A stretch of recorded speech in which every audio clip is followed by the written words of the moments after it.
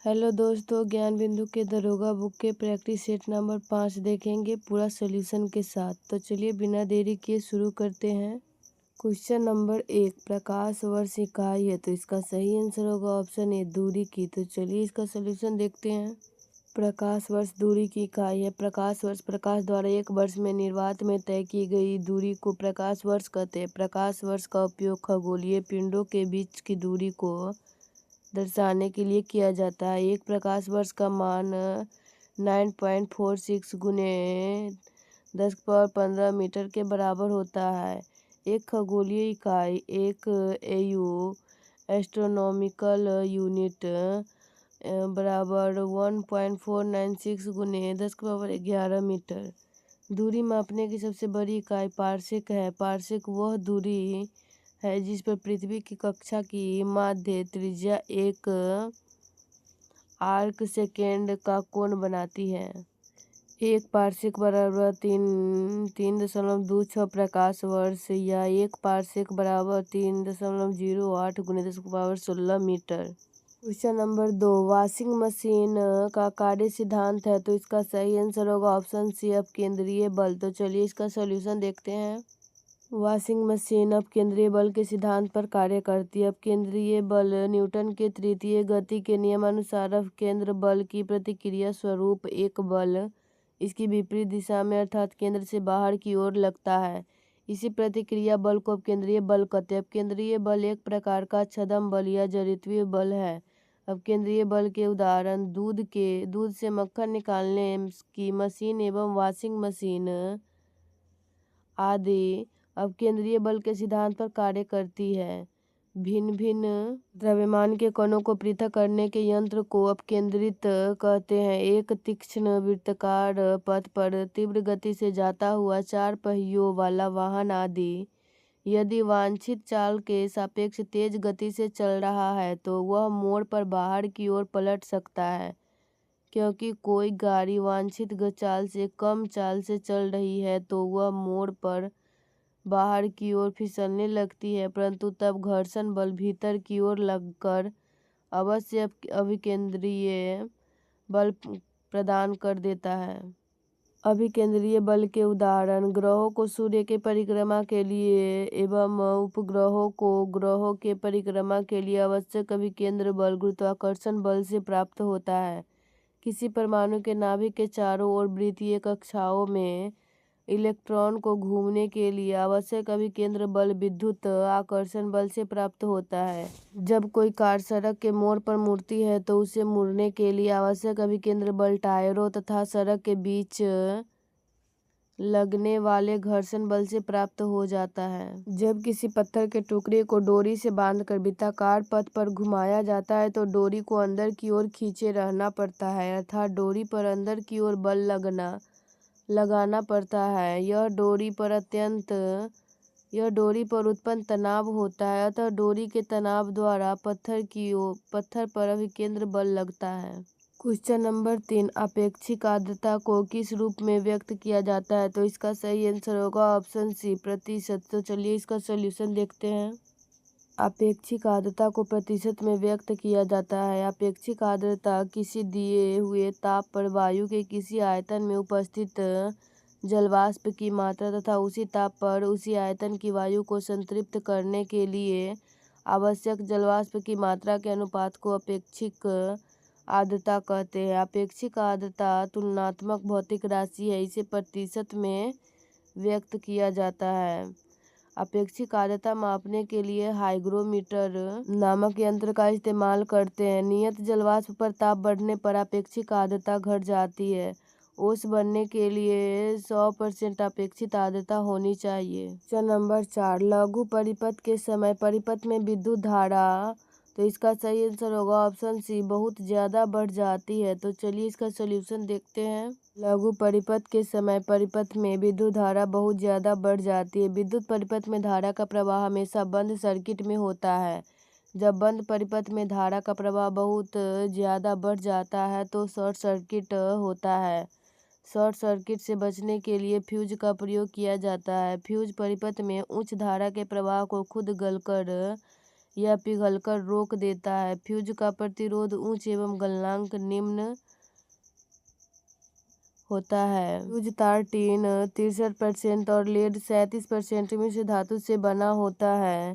यह सदैव परिपथ के साथ श्रेणी क्रम में जोड़ा जाता है। विद्युत धारा मूलतः एक स्थान से दूसरे स्थान तक आवेश का प्रवाह है और जब यह प्रवाह किसी सुचालक बंद पथ में होता है तब उस पथ को विद्युत परिपथ कहा जाता है।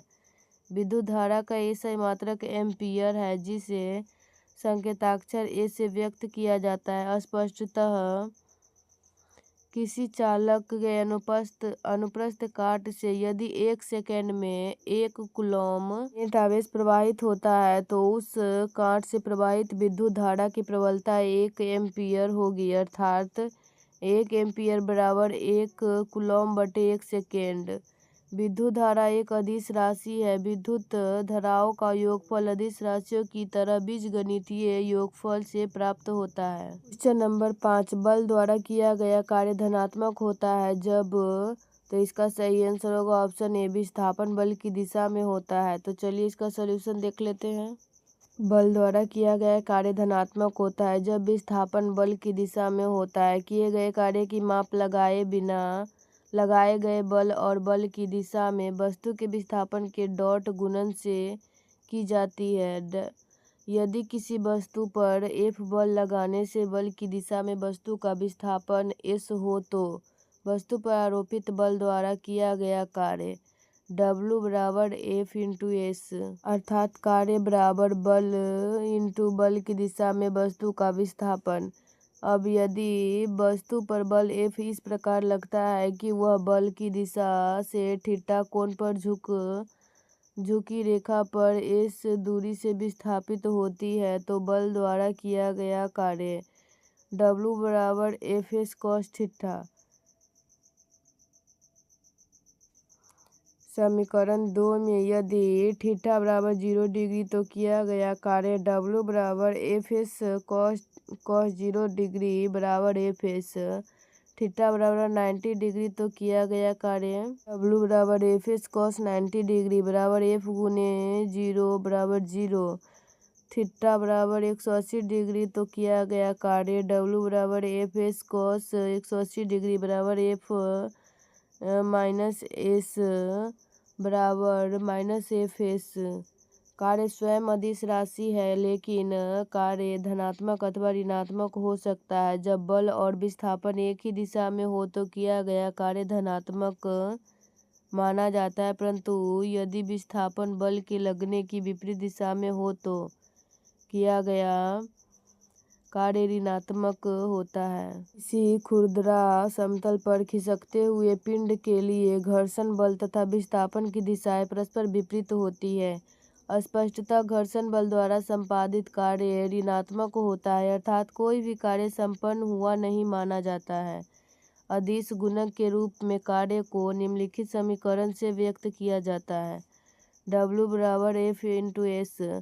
कार्य का एसआई मात्रक जूल है जिसका संकेताक्षर J है। सूची 1 को सूची 2 से सम्मिलित कीजिए तथा सूचियों के नीचे दिए गए कूट का प्रयोग करते हुए सही उत्तर चुनिए। तो इसका सही आंसर होगा ऑप्शन सी 3 4 2 1। तो चलिए इसका सलूशन देखते हैं। ए का 3, बी का 4, सी का 2 एवं डी का 1 सही सम्मिलित है। इकाई भौतिक राशियाँ Q से एक द्रव प्रवाह की दर मापा जाता है। बाइट कंप्यूटर रिएक्टर भूकंप की तीव्रता मापा जाता है। बार दाब मापा जाता है। पायरोमीटर उच्च ताप मापने वाला यंत्र। स्क्रू गेज महीन तारों का व्यास मापने वाला यंत्र। क्वेश्चन नंबर 7, समान ताप पर 2 बॉल टकराते हैं तो क्या संरक्षित रहता है? तो इसका सही आंसर होगा ऑप्शन डी संवेग। तो चलिए इसका सॉल्यूशन देखते हैं। समान ताप पर 2 बॉल टकराते हैं तो संवेग संरक्षित रहता है। टक्कर या संघट्ट एक ऐसा प्रक्रम है जिसमें 2 या 2 से अधिक पिंड या 2 वस्तुतः आपस में टकराते हैं या फिर परस्पर अन्योन्य क्रिया से प्रभावित होकर बिना संपर्क के अपना गति पथ बदल देते हैं। टक्कर में निकाय के विभिन्न पिंडों के बीच संवेग और ऊर्जा का आदान प्रदान अथवा पुनर्वितरण होता है। दो गोलियों का आपस में टकरा जाना एक टक्कर है, लेकिन अल्फा कणों के गतिपथ का धनावेशित नाभिक के प्रतिकर्षण प्रभाव के कारण विचलन अर्थात प्रकीर्णन भी एक टक्कर है, जिसमें कणों का वस्तुतः संपर्क नहीं होता है। ऊर्जा के विचार से टक्कर तीन प्रकार की होती है: पूर्णतः प्रत्यास्थ या प्रत्यास्थ टक्कर। यदि टक्कर के पहले और बाद में निकाय की कुल गतिज ऊर्जा संरक्षित रहे तो इसे पूर्णतः प्रत्यास्थ या प्रत्यास्थ टक्कर कहा जाता है।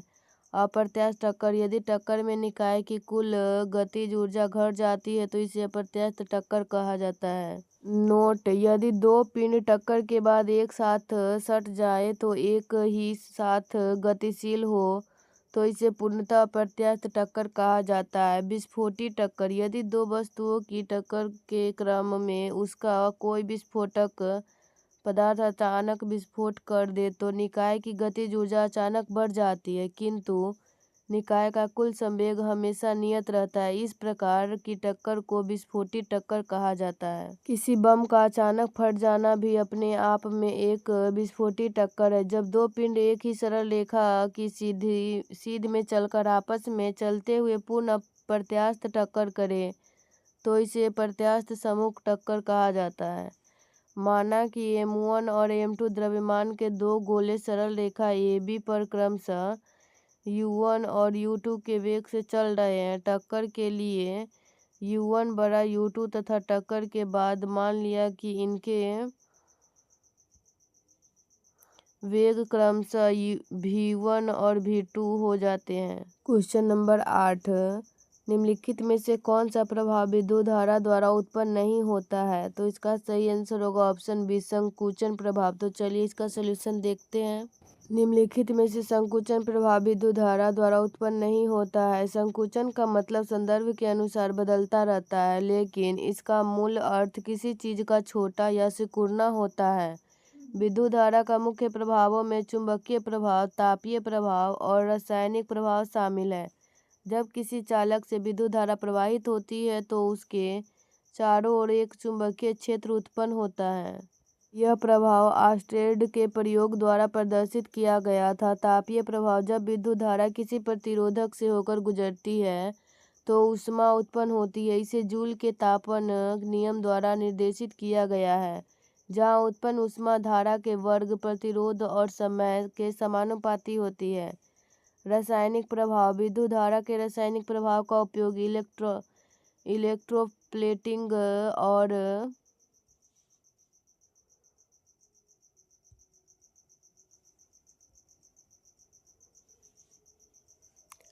इलेक्ट्रोलाइसिस जैसी प्रक्रियाओं में किया जाता है, जहां विद्युत धारा रासायनिक परिवर्तनों का कारण बनती है। क्वेश्चन नंबर 9, नाइक्रोम निम्न में से किस मिश्र धातु से बना है? तो इसका सही आंसर होगा option B, nickel, chromium, manganese और लोहा। तो चलिए इसका सलूशन देखते हैं। नाइक्रोम निकेल, क्रोमियम, मैंगनीज और लोहा का मिश्र धातु है। नाइक्रोम मुख्य रूप से निकेल 75% से 78%, क्रोमियम 20% से 23%, मैंगनीज 1.5% और थोड़ी मात्रा में लोहा भी होता है। नाइक्रोम एक उच्च प्रतिरोधकता वाला धातु तत्व है। नाइक्रोम एक गैर चुंबकीय मिश्र धातु है जो मुख्य रूप से क्रोमियम और निकेल से बनी होती है। नाइक्रोम का गलनांक 1400 डिग्री सेल्सियस होता है। नाइक्रोम का उपयोग इलेक्ट्रिकल हीटर, ओवन, औद्योगिक भट्टियां इत्यादि में किया जाता है। क्वेश्चन नंबर 10, उच्चतम ऊष्मा चालकता वाले अधातु की पहचान करें। तो इसका सही आंसर होगा ऑप्शन सी, बर्फ। तो चलिए इसका सलूशन देखते हैं। बर्फ जैसे अधातु की ऊष्मा चालकता दिए गए विकल्पों में से उच्च होती है, हालांकि यह हीरे की तुलना में कम होती है। ऊष्मा चालकता पदार्थों का वह गुण है जो दिखाती है कि पदार्थ से होकर ऊष्मा आसानी से प्रवाहित हो सकती है या नहीं। ऊष्मा चालकता को गामा या के से निरूपित किया जाता है। ऊष्मीय चालकता का एसआई मात्रक वाट प्रति मीटर केल्विन होता है। ऊष्मा के सर्वोत्तम सुचालक माने जाने वाली धातुओं में तांबा, चांदी, एल्युमिनियम, सोना, ग्रेफाइट, प्लेटिनम इत्यादि शामिल है। धातुओं में उसमें चालकता क्रमानुसार चांदी, तांबा, सोना, एल्युमिनियम, हीरा, ग्रेफीन, ग्रेफाइट और सिलिकॉन जैसे अधातुओं की तुलना में बर्फ की ऊष्मीय चालकता काफी कम होता है। क्वेश्चन नंबर 11, जब लेड धातु कॉपर क्लोराइड के विलयन से अभिक्रिया करती है तब, तो इसका सही आंसर होगा ऑप्शन सी, लेड क्लोराइड निर्मित होता है। तो चलिए इसका सलूशन देखते हैं।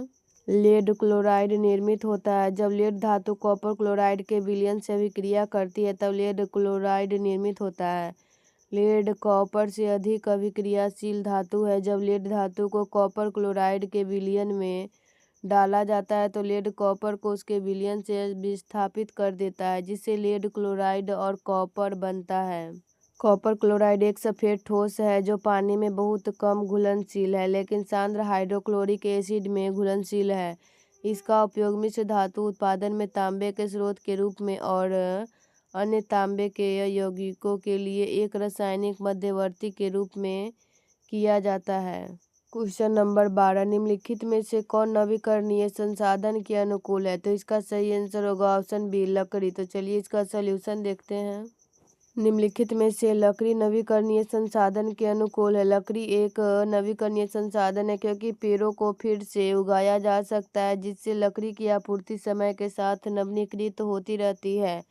कोयला और प्राकृतिक गैस जीवाश्म ईंधन है और गैर नवीकरणीय संसाधन है, क्योंकि इनको बनाने में लाखों साल लगते हैं और इनकी सीमित मात्रा ही उपलब्ध है। ग्रेफाइट एक खनिज है और यह भी गैर नवीकरणीय संसाधन है। इसीलिए दिए गए प्रश्न का सही विकल्प भी लकड़ी है, जो नवीकरणीय संसाधन के अनुकूल है। क्वेश्चन नंबर 13, इनमें से कौन संतृप्त हाइड्रोकार्बन का एक उदाहरण है? तो इसका सही आंसर होगा ऑप्शन ए, एथेन। तो चलिए इसका सलूशन देखते हैं। इनमें से एथेन संतृप्त हाइड्रोकार्बन का एक उदाहरण है। संतृप्त हाइड्रोकार्बन वे होते हैं जिनमें कार्बन परमाणुओं के बीच केवल एकल बंध होते हैं। एथेन में केवल एकल कार्बन कार्बन बंधन होता है। एथेन एक रंगहीन, गंधहीन, ज्वलनशील गैस है जिसका रासायनिक सूत्र C2H6 है। एथेन एक एल्केन है, अर्थात यह कार्बन परमाणुओं के बीच एकल बंधों वाला एक संतृप्त हाइड्रोकार्बन है। एथेन पेट्रोकेमिकल उद्योग में एक महत्वपूर्ण फीडस्टॉक है जिसका उपयोग मुख्य रूप से एथिलीन के उत्पादन के लिए किया जाता है। एथेन की आणविक संरचना में 2 कार्बन परमाणु एक दूसरे से बंधे होते हैं। प्रत्येक कार्बन परमाणु 3 हाइड्रोजन परमाणुओं से भी बंधा होता है। एथेन का उपयोग क्रायोजेनिक प्रणालियों में प्रशीतक के रूप में किया जा सकता है। क्वेश्चन नंबर 14, सिरका में मुख्य रूप से कौन सा अम्ल पाया जाता है? तो इसका सही आंसर होगा ऑप्शन बी, एसिटिक अम्ल। तो चलिए इसका सलूशन देखते हैं। सिरका में मुख्य रूप से एसिटिक अम्ल पाया जाता है। सिरका में एसिटिक एसिड की मात्रा सामान्यतः 5% 2% तक होता है। एसिटिक एसिड बैक्टीरिया द्वारा एथेनॉल या शर्करा के किण्वन विधि द्वारा निर्मित होता है। एसिटिक एसिड का प्रयोग पेट्रोलियम उत्पादन जैसे कि तेल और गैस इत्यादि के उत्पादन में भी किया जाता है। एसिटिक एसिड का उपयोग ट्यूमर में सीधे इंजेक्शन द्वारा कैंसर के इलाज के लिए किया जाता है। एसिटिक अम्ल, जिसे एथेनोइक अम्ल भी कहा जाता है, एक दुर्बल अम्ल है जिसकी तीखी सिरके जैसी गंध होती है। एसिटिक अम्ल एक बहुमुखी रसायन है जिसका उपयोग औद्योगिक निर्माण से लेकर औषधीय उपयोग और घरेलू सफाई तक में किया जाता है। क्वेश्चन नंबर 15, माही, कंचन और RCB 911 संकर किस्म है। तो इसका सही आंसर होगा ऑप्शन डी, बाजरा और मक्का। तो चलिए इसका सलूशन देखते हैं। बाजरा और मक्का माही, कंचन तथा माही धवल आदि मक्का की उत्पन्न उन्नत किस्में हैं, जबकि RCB 911 बाजरा की संकर किस्म है। कुछ फसलों के संकर किस्म फसल संकर किस्में धान, जया, पद्मा, रत्ना, गेहूँ, सोनालिका, कल्याण, सोना, मक्का, माही, कंचन, रंजीत, गंगा 5, भिंडी, पूसा, अबनी, बैंगन, पूसा बैंगनी, पूसा क्रांति, मुकवेसी। क्वेश्चन नंबर 16 निम्नलिखित में कौन सा कथन सही नहीं है? तो इसका सही आंसर होगा ऑप्शन डी, जौ में पाया जाने वाला रोग फॉल्स स्टार्ट है। तो चलिए इसका सोल्यूशन देखते हैं। जौ में पाया जाने वाला रोग फॉल्स स्टार्ट नहीं है, बल्कि यह रोग धान में पाया जाता है, अतः कथन डी सही नहीं है। जौ में पाया जाने वाला रोग लूज स्मट, कवर्ड स्मट आदि है। गेरुई, जिसे रतुआ भी कहते हैं, रुई में गेहूं में पाया जाने वाला एक समान फफूंद जनित रोग है जो पुकीनिया नामक कवक के कारण होता है। आलू में अगेती झुलसा रोग होता है, इसे ही अर्ली ब्लास्ट भी कहते हैं। खैरा रोग धान में जिंक की कमी से होने वाला एक रोग है, जिसमें पत्तियां पीली पड़ जाती और बाद में भूरे धब्बे दिखाई देते हैं। क्वेश्चन नंबर 17 निम्नलिखित में से कौन सा रोग जीवाणु से उत्पन्न होता है? तो इसका सही आंसर हो जाएगा ऑप्शन ए, टाइफाइड। तो चलिए इसका सलूशन देखते हैं।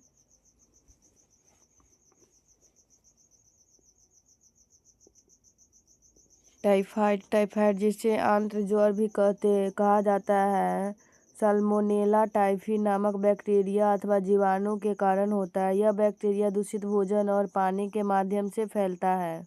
विडाल टेस्ट का संबंध टाइफाइड से है। हेपेटाइटिस ए, मीजल्स, पोलियो विषाणु जनित रोग है। वाहक रोग जीवाणु हैजा, दस्त, अतिसार, टेटनेस, डिप्थीरिया, प्लेग, क्षय रोग, न्यूमोनिया, आंत ज्वर। विषाणु इन्फ्लुएंजा या flu, polio, swine flu, chicken pox, rabies, meningitis, dengue, खसरा, पित्त ज्वर, एड्स। क्वेश्चन नंबर 18 सूची 1 को सूची 2 में सम्मिलित कीजिए। सूची 1, सूची 2, पादप हार्मोन और कार्य।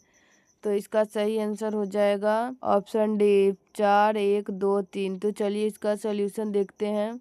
A4, B2, C2 तथा D3 सही सम्मिलित है। सूची 1, सूची 2, पादप हार्मोन कार्य।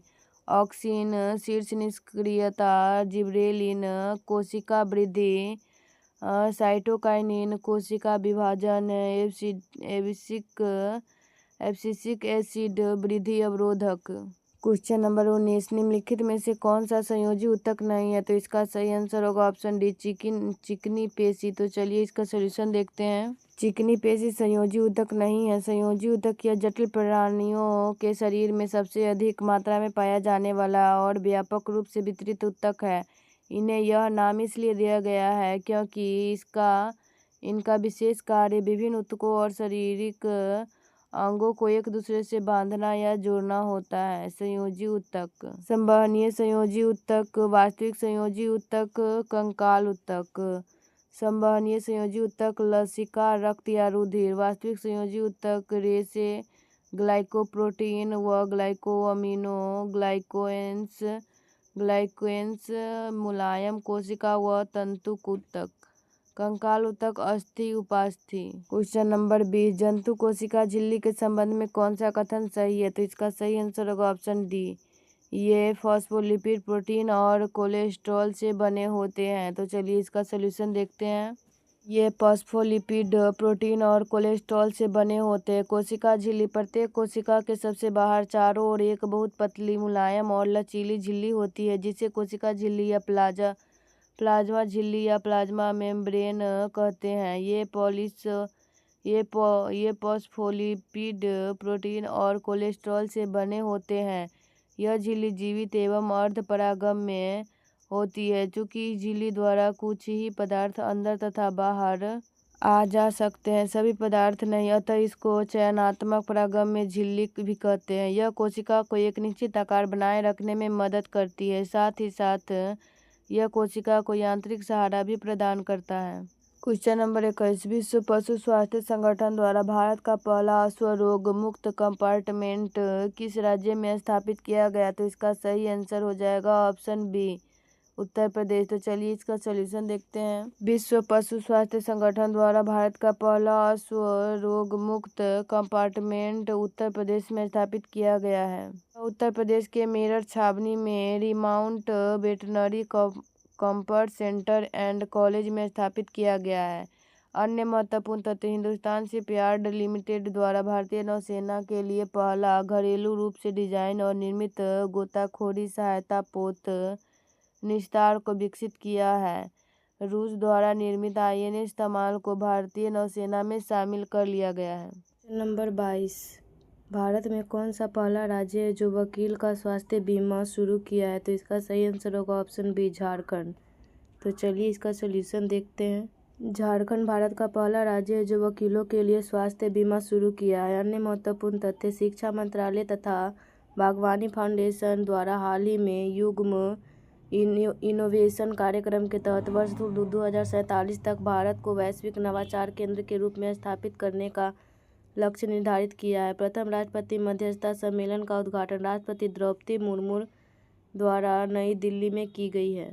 क्वेश्चन नंबर 23, हाल ही में किस देश में पोषण पोया उत्सव मनाया गया है? तो इसका सही आंसर हो जाएगा ऑप्शन बी, श्रीलंका। तो चलिए इसका सोल्यूशन देखते हैं। श्रीलंका में 2000 साल पहले बौद्ध धर्म के आगमन के उपलक्ष्य में 10 जून 2025 को पवित्र पोषण पोया उत्सव मनाया गया है। अन्य महत्वपूर्ण तथ्य: भारत में मालदीव के लिए अभिनेत्री कैटरीना कैफ को वैश्विक पर्यटन राजदूत नियुक्त किया है। रूस तथा ईरान में पूर्व हस्ताक्षरित समझौता के तहत रूस ने ईरान में 8 परमाणु संयंत्र बनाने की घोषणा की है। मध्य अमेरिका देश ग्वाटेमाला में स्थित सबसे सक्रिय ज्वालामुखी फुएगो ज्वालामुखी में विस्फोट की घटना हुई है। क्वेश्चन नंबर 24, हाल ही में पर्वतारोहण के 7 समिट्स को पूरा करने वाले सबसे कम उम्र के भारतीय कौन है? तो इसका सही आंसर होगा ऑप्शन डी, विश्वनाथ कार्तिकेय। तो चलिए इसका सोल्यूशन देखते हैं। विश्वनाथ कार्तिकेय पर्वतारोहण के 7 समिट्स को पूरा करने वाले सबसे कम उम्र के भारतीय बन गए हैं। अन्य महत्वपूर्ण तथ्य: इसरो प्रमुख ने 2025 को गगनयान वर्ष घोषित किया है। ट्विन सिटी के तर्ज पर बोध गया और नालंदा को विकसित किया जाएगा। UAE सरकार के साथ समझौता ज्ञापन के बाद IIM अहमदाबाद दुबई में अपना पहला विदेशी परिसर खोलेगी। क्वेश्चन नंबर 25, राष्ट्रीय बाल विज्ञान कांग्रेस 2025 के संदर्भ में दिए गए कथनों में से कौन गलत है? तो इसका सही आंसर होगा ऑप्शन ए, वर्ष 2025 में इसका आयोजन नई दिल्ली में हुआ है। तो चलिए इसका सोल्यूशन देखते हैं। 31वीं राष्ट्रीय बाल विज्ञान कांग्रेस 2025 का आयोजन भोपाल मध्य प्रदेश में हुआ था। केंद्र सरकार ने अपने अधीन आने वाले स्कूल में कक्षा 6 से 8 के लिए नो डिटर्शन नीति को समाप्त कर दिया है। क्वेश्चन नंबर 26, भारतीय वायुसेना के पेंशन भोगियों और उनके परिवार को सहायता और सेवाएं प्रदान करने के उद्देश्य से प्रोजेक्ट हैक का शुरुआत किस बैंक द्वारा किया गया? तो इसका सही आंसर होगा ऑप्शन बी, HDFC। तो चलिए इसका सोल्यूशन देखते हैं। प्रोजेक्ट हैक की शुरुआत HDFC बैंक द्वारा किया गया है। केंद्रीय सशस्त्र पुलिस बल परीक्षा अब 22 भाषाओं में आयोजित की जाएगी। कंपनी रिलायंस इंडस्ट्रीज ने दुनिया का सबसे बड़ा डेटा सेंटर गुजरात के जामनगर में बनाने की घोषणा की है। संसद में बोडो, डोगरी, मैथिली, मणिपुरी, उर्दू और संस्कृत सहित 6 नई भाषाओं में अनुवाद सेवाओं की विस्तार की घोषणा की गई है। भारतीय सेना की पूर्वी कमान के मुख्यालय फोर्ट विलियम का नाम बदलकर विजय दुर्ग कर दिया गया है। क्वेश्चन नंबर 27, प्रधानमंत्री नरेंद्र मोदी की 2 जुलाई से 9 जुलाई 2025 तक 5 देशों की यात्रा का सही क्रम क्या है? तो इसका सही आंसर होगा ऑप्शन डी, घाना, त्रिनिदाद और टोबैगो, अर्जेंटीना, ब्राजील तथा नामीबिया। तो चलिए इसका सोल्यूशन देखते हैं। प्रधानमंत्री नरेंद्र मोदी के 2 जुलाई से 9 जुलाई 2025 तक 5 देशों की यात्रा का सही क्रम है घाना, त्रिनिदाद टोबैगो, अर्जेंटीना, ब्राजील तथा नामीबिया है। इन 5 देशों की यात्रा में अर्जेंटीना को छोड़ बाकी 4 देश अपनी राष्ट्र की सर्वोच्च सम्मान से नरेंद्र मोदी को सम्मानित किया है। क्वेश्चन नंबर 28, हाल ही में किस यूरोपियन देश ने यूरोजोन का 21वां सदस्य देश बना है? तो इसका सही आंसर हो जाएगा ऑप्शन सी, बुल्गारिया। तो चलिए इसका सोल्यूशन देखते हैं। बुल्गारिया यूरोजोन का 21वां देश बन गया है। बुल्गारिया 2 जनवरी 2026 से अपनी राष्ट्रीय मुद्रा लेव को यूरो में बदल देगा। अन्य महत्वपूर्ण तथ्य, कोलंबिया तथा उज्बेकिस्तान आधिकारिक रूप से न्यू डेवलपमेंट बैंक में शामिल हो गया है। अफगानिस्तान तालिबान सरकार को आधिकारिक रूप से रूस ने मान्यता प्रदान की है। अमेरिकी संसद द्वारा कर तथा व्यय से संबंधित बिग ब्यूटीफुल बिल को पारित कर दिया गया है। क्वेश्चन नंबर 29, निम्नलिखित में से किस उपन्यास के लिए बुकर पुरस्कार 2024 प्रदान किया गया? तो इसका सही आंसर हो जाएगा ऑप्शन ए ऑर्बिटल। तो चलिए इसका सॉल्यूशन देखते हैं। ब्रिटिश लेखिका समांथा ऑर्वे द्वारा लिखित अंतरिक्ष आधारित उपन्यास ऑर्बिटल को बुकर पुरस्कार 2024 प्रदान किया गया है। बुकर पुरस्कार प्रतिवर्ष अंग्रेजी में लिखे गए और यूनाइटेड किंगडम या आयरलैंड में प्रकाशित सर्वश्रेष्ठ उपन्यास को दिया जाता है। क्वेश्चन नंबर 30, 97वां ऑस्कर अवार्ड 2025 में सर्वश्रेष्ठ फिल्म का अवार्ड किसने जीता? तो इसका सही आंसर होगा ऑप्शन बी अनोरा। तो चलिए इसका सलूशन देखते हैं। 97वें ऑस्कर अवार्ड समारोह में रोमांटिक कॉमेडी फिल्म अनोरा ने सर्वश्रेष्ठ फिल्म का अवार्ड जीता। फिल्म अनोरा ने बेस्ट फिल्म सहित 5 ऑस्कर अपने नाम किए, जिनमें best director, best actress, best supporting actor, best film editing और बेस्ट ओरिजिनल स्क्रीन प्ले शामिल है। 97वें ऑस्कर अवार्ड 2025 में अन्य विजेताओं की सूची, श्रेणी और विजेता: सर्वश्रेष्ठ निर्देशक सीन बेकर, सर्वश्रेष्ठ अभिनेता एड्रियन ब्रॉडी, सर्वश्रेष्ठ अभिनेत्री मिकी मैडिसन, सर्वश्रेष्ठ international feature film I am still here, सर्वश्रेष्ठ documentary short the only girl in orchestra, सर्वश्रेष्ठ documentary feature no other land. Question number 31, हाल ही में संस्कृत का 5वां अध्याय नामक पुस्तक के लेखक कौन है? तो इसका सही आंसर होगा ऑप्शन डी डॉक्टर प्रभात ओझा। तो चलिए इसका सलूशन देखते हैं। संस्कृत को 5वां अध्याय नामक पुस्तक के लेखक डॉक्टर प्रभात ओझा है। संस्कृत के 5वां अध्याय पुस्तक नरेंद्र मोदी के विभिन्न मंचों पर दिए गए भाषणों का संग्रह है। इस पुस्तक की प्रस्तावना को श्री राम बहादुर राय ने लिखी है। परीक्षा उपयोगी अन्य महत्वपूर्ण तथ्य, डेविलिंग इन डिप्लोमेसी एस.डी. मुनि, संस्कृत के आयाम डॉक्टर मनोरमा मिश्रा, एक समंदर मेरे अंदर Sanjeev Joshi, the new icon Savarkar and the facts Arun Shourie, swallowing the sun Lakshmi Murdeshwar Puri. Question number 32, हाल ही में राइजिंग लायन नामक ऑपरेशन किस देश द्वारा किया गया था? तो इसका सही आंसर होगा ऑप्शन डी इजराइल। तो चलिए इसका सलूशन देखते हैं। ऑपरेशन राइजिंग लायन इजराइल द्वारा ईरान पर किया गया एक अभूतपूर्व हवाई एवं ड्रोन हमला था। इजराइल द्वारा किए गए इस अभियान में 200 से अधिक फाइटर जेट, सैकड़ों ड्रोन शामिल थे। इसने ईरान के प्रमुख परमाणु मिसाइल और सैन्य कमांड ठिकानों को लक्ष्य बनाया। परीक्षा उपयोगी अन्य महत्वपूर्ण तथ्य, ऑपरेशन सिंधु इजराइल ईरान युद्ध के दौरान भारतीय नागरिकों को वापस लाने के लिए, ऑपरेशन देवी शक्ति विदेश मंत्रालय द्वारा तालिबान के कब्जे वाले अफगानिस्तान में फंसे भारतीयों को निकालने के लिए, ऑपरेशन गंगा भारत सरकार द्वारा युद्धग्रस्त यूक्रेन में फंसे भारतीय नागरिकों और छात्रों को भारत लाने के लिए, ऑपरेशन ब्रह्मा भारत इसके तहत म्यांमार में भूकंप पीड़ितों की मदद के लिए मानवीय सहायता भेजी है। ऑपरेशन सिंदूर भारत सरकार द्वारा पहलगामा आतंकी हमले के खिलाफ पाकिस्तान के विरुद्ध।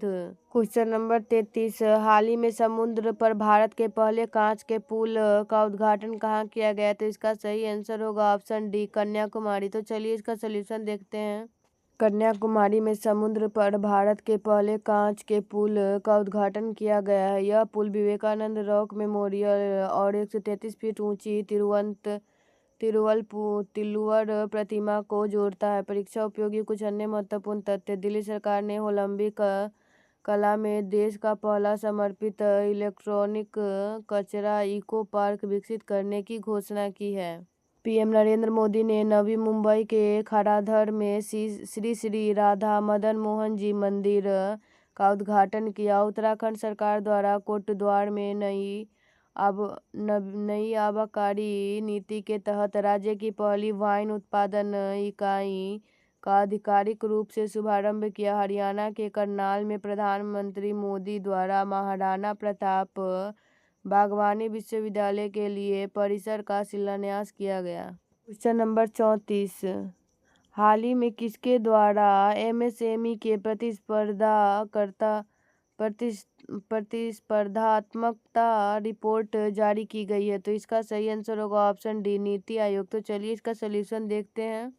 नीति आयोग द्वारा एमएसएमई प्रतिस्पर्धात्मकता रिपोर्ट जारी की गई है। भारतीय अर्थव्यवस्था में एमएसएमई की हिस्सेदारी भारत के कुल निर्यात में 45%, भारत के सकल घरेलू उत्पाद में 30%, कुल विनिर्माण उत्पाद में 38.4%, लगभग 11 करोड़ लोगों को रोजगार प्रदान करता है।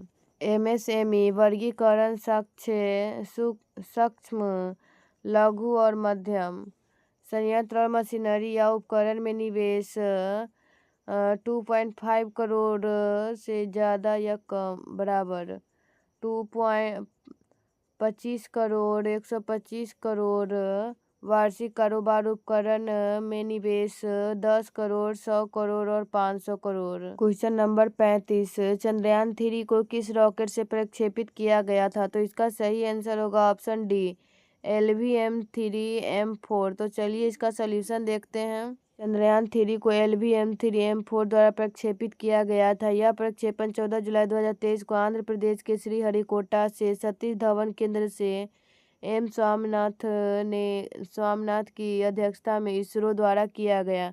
चंद्रयान 3 में 3 मॉड्यूल है, लैंडर, प्रोपल्शन और रोवर। लैंडर को विक्रम तथा रोवर को प्रज्ञान नाम दिया गया है। चंद्रयान 2 को 22 जुलाई 2019 को के सिवन की अध्यक्षता में इसरो द्वारा GSLV मार्क 3 द्वारा लॉन्च किया गया था। चंद्रयान 4 को अपेक्षित लॉन्चिंग वर्ष 2028 है, जिसका लक्ष्य चंद्रमा से नमूने विभिन्न तत्वों को लेकर पृथ्वी तक पहुंचाना है। इसरो ने चंद्रयान पर मनुष्य को भेजने का लक्ष्य वर्ष 2040 का रखा है। क्वेश्चन नंबर 36, निम्नलिखित में से किस तिथि को सर्वोच्च न्यायालय अपनी स्थापना की 75वीं वर्षगांठ मनाया है? तो इसका सही आंसर हो जाएगा ऑप्शन बी, 28 जनवरी 1950। तो चलिए इसका सलूशन देखते हैं।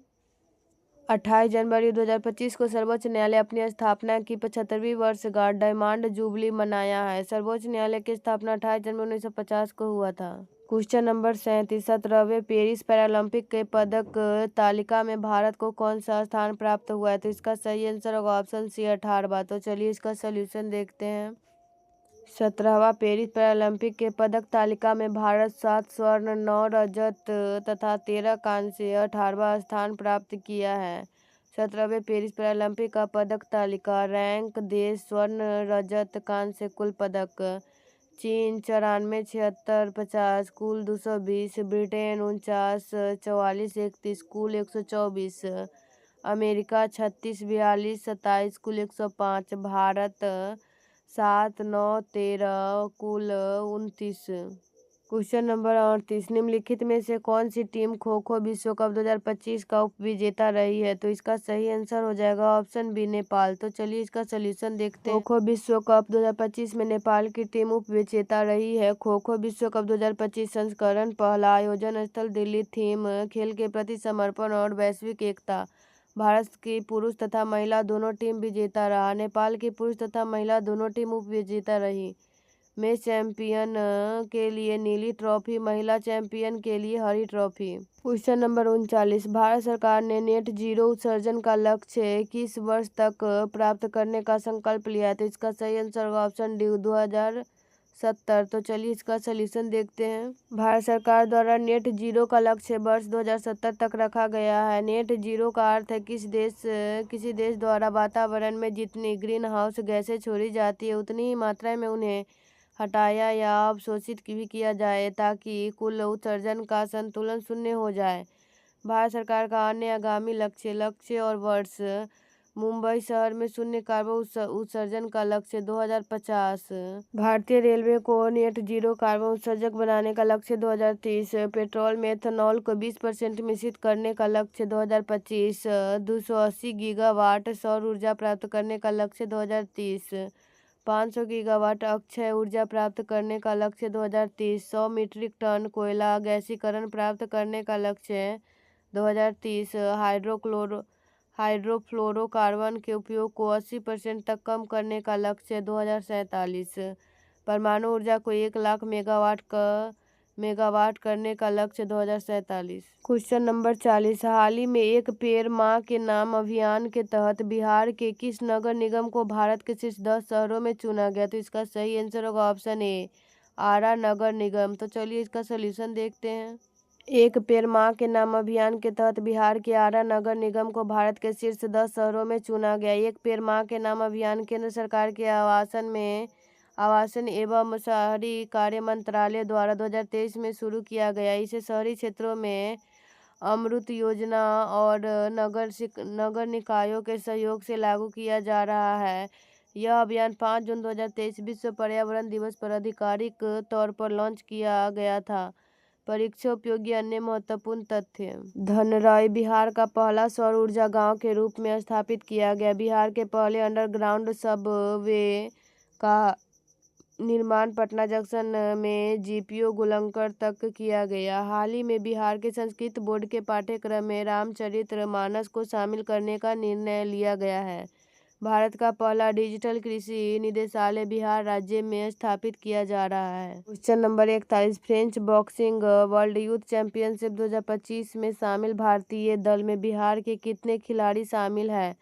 तो इसका सही आंसर होगा ऑप्शन बी, 3। तो चलिए इसका सोल्यूशन देखते हैं। French boxing world youth championship 2025 में बिहार के 3 खिलाड़ी शामिल है। दरअसल इस प्रतियोगिता में भारतीय दल के 5 खिलाड़ी शामिल हुए, जिनमें से 3 बिहार के 2 एवं 2 खिलाड़ी हिमाचल प्रदेश से है। खिलाड़ी स्वीटी कुमार यूथ वर्ग 56 किलोग्राम वैशाली बिहार, प्रियम कर्ण कैडेट वर्ग 48 किलोग्राम मुजफ्फरपुर बिहार, यश राज कैडेट वर्ग 80 किलोग्राम मुजफ्फरपुर बिहार, वरुणा वालिया यूथ वर्ग 48 केजी हिमाचल प्रदेश, होमानी यूथ वर्ग 50 किग्रा हिमाचल प्रदेश। यह प्रतियोगिता 23 से 28 जुलाई 2025 को आयोजित की गई। भारतीय दल के खिलाड़ियों का नेतृत्व मुख्य कोच सिहान ई राहुल श्रीवास्तव ने किया। Question number 42। इंदिरा पॉइंट और इंडोनेशिया के बीच डैश है, तो इसका सही आंसर होगा ऑप्शन सी, ग्रेट चैनल। तो चलिए इसका सोल्यूशन देखते हैं। इंदिरा पॉइंट और इंडोनेशिया के बीच ग्रेट चैनल है। भारत का दक्षिणतम बिंदु इंदिरा पॉइंट है, जो ग्रेट निकोबार द्वीप में 6 डिग्री 45 मिनट उत्तरी अक्षांश पर स्थित है।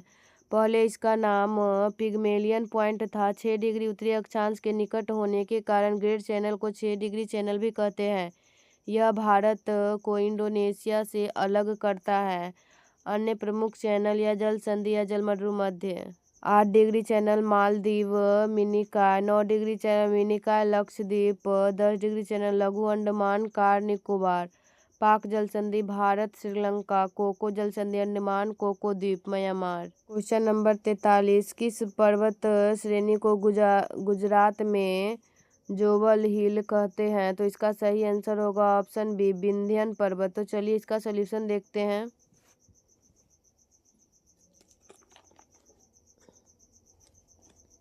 विंध्यन पर्वत को गुजरात में जोबट हिल कहते हैं। विंध्यन श्रेणी का विस्तार गुजरात से लेकर मध्य प्रदेश, उत्तर प्रदेश, बिहार, झारखंड तक है। यह पश्चिम से पूर्व की ओर मारनेर, कैमूर और पार्श्वनाथ पहाड़ियों के रूप में लगभग 1050 किलोमीटर की लंबाई में विस्तारित है। लाल बलुआ पत्थर और चूना पत्थर के चट्टान से निर्मित इस संरचना में धात्विक खनिजों का अभाव है, परंतु भवन निर्माण के पदार्थों के भंडार की दृष्टि से इसका आर्थिक महत्व सबसे अधिक है। यह पर्वत गंगा नदी के अपवाह क्षेत्र को प्रायद्वीपीय भारत के अपवाह क्षेत्र से अलग करती है। Question number 44। सतलुज नदी किस दर्रे से होकर भारत में प्रवेश करती है? तो इसका सही आंसर होगा ऑप्शन डी, शिव किला दर्रा। तो चलिए इसका सोल्यूशन देखते हैं। सतलुज नदी शिव किला दर्रा से होकर भारत में प्रवेश करती है। सतलुज नदी तिब्बत के पठार की राक्षस ताल झील से निकलती है, यह जहाँ इसे लांगचेन खम्बाब नाम से जाना जाता है। यह एकमात्र पूर्ववर्ती नदी है जो हिमालय के तीनों श्रेणियों को अपरदित कर प्रवाहित होती है। सतलुज नदी की कुल लंबाई 1450 किलोमीटर है, जिसमें से यह भारतीय क्षेत्र में 1050 किलोमीटर बहती है। यह चिनाब की सहायक नदी है। स्पीति नदी इसकी मुख्य सहायक नदी है।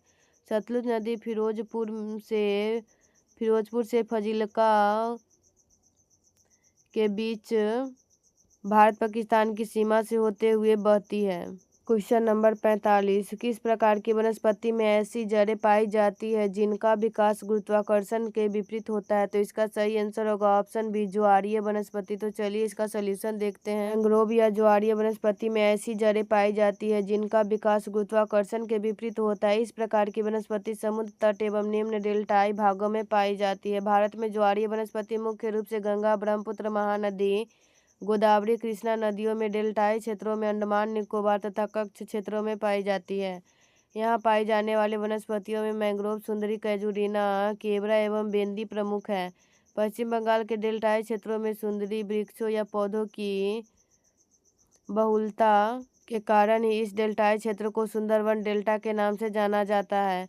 ज्वारीय वनों को कक्ष वनस्पति, अनूप वन, बेलांचली वन अथवा मैंग्रोव वन भी कहा जाता है। क्वेश्चन नंबर 46, निम्नलिखित में से कौन सा क्षेत्र टर्शियरी युगीन कोयले के उत्पादन के लिए प्रसिद्ध है? तो इसका सही आंसर होगा ऑप्शन सी, माकुम। तो चलिए इसका सोल्यूशन देखते हैं।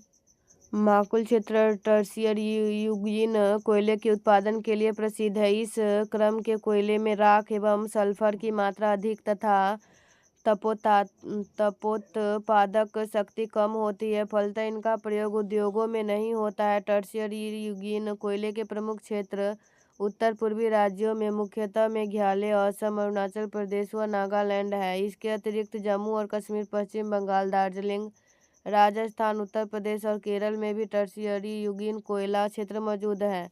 झारखंड का झरिया भारत का सबसे बड़ा कोयला खनन क्षेत्र है, जहां बिटुमिनस प्रकार का कोयला क्षेत्र पाया जाता है। क्वेश्चन नंबर 47, निम्नलिखित एल्युमिनियम कंपनियों में से किसकी स्थापना इटली के सहयोग से हुआ था? तो इसका सही आंसर होगा ऑप्शन सी, MALCO। तो चलिए इसका सोल्यूशन देखते हैं। MALCO की स्थापना वर्ष 1965 ईस्वी में इटली के सहयोग से हुआ था। MALCO को बॉक्साइट की प्राप्ति जवादी एवं सेवराय की पहाड़ियों से होती है। MALCO का प्रमुख केंद्र है चेन्नई, मोट्टूर और Salem.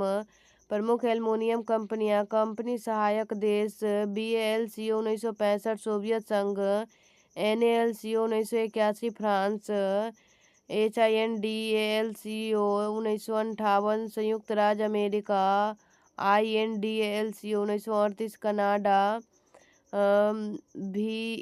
VEDNTA Vedanta 1976 Germany. Question number 48, देश का सबसे गहरा बंदरगाह माना जाता है? तो इसका सही आंसर होगा ऑप्शन बी, विशाखापत्तनम। तो चलिए इसका सोल्यूशन देखते हैं। विशाखापत्तनम बंदरगाह को देश का सबसे गहरा बंदरगाह माना जाता है। यह डॉल्फिन नोज नामक पहाड़ी निकली हुई है, जिससे यह बंदरगाह मानसून से लगभग अप्रभावित रहता है। यह स्थल से घिरा हुआ सबसे गहरा और प्राकृतिक बंदरगाह है। मुंबई देश का सबसे बड़ा बंदरगाह प्राकृतिक है। चेन्नई भारत का सर्वाधिक पुराना बंदरगाहों में से एक है। यह एक कृत्रिम बंदरगाह है। कांडला एवं ज्वारीय बंदरगाह है, जो गुजरात में कच्छ की खाड़ी के तट पर स्थित है। क्वेश्चन नंबर 49, वर्ष 2011 की जनगणना के अनुसार सर्वाधिक 10 की वृद्धि दर वाला केंद्र शासित प्रदेश है? तो इसका सही आंसर होगा ऑप्शन सी, दादर एवं नागर हवेली। तो चलिए इसका सोल्यूशन देखते हैं। सर्वाधिक 10 की वृद्धि दर वाला केंद्र शासित प्रदेश दादर एवं नागर हवेली 55.9% है। सर्वाधिक 10 की वृद्धि दर वाले केंद्र शासित प्रदेशों का घटता क्रम दादर एवं नागर हवेली 55.9%, दमन एवं दीव 53.8%, पुदुचेरी 28.1%। राज्यों में सर्वाधिक 10 की वृद्धि दर वाले राज्यों का क्रम घटते क्रम मेघालय 27.9%, अरुणाचल प्रदेश 26.0%, बिहार 25.4%। 2011 की जनगणना के अनुसार भारत की जनसंख्या वृद्धि दर 17.7% थी। 2011 की जनगणना के अनुसार न्यूनतम 10 की वृद्धि दर वाला राज्य नागालैंड -0.6% रहा। क्वेश्चन नंबर 50, भारत की सबसे बड़ी जनजाति है? तो इसका सही आंसर होगा ऑप्शन ए, भील। तो चलिए इसका सोल्यूशन देखते हैं।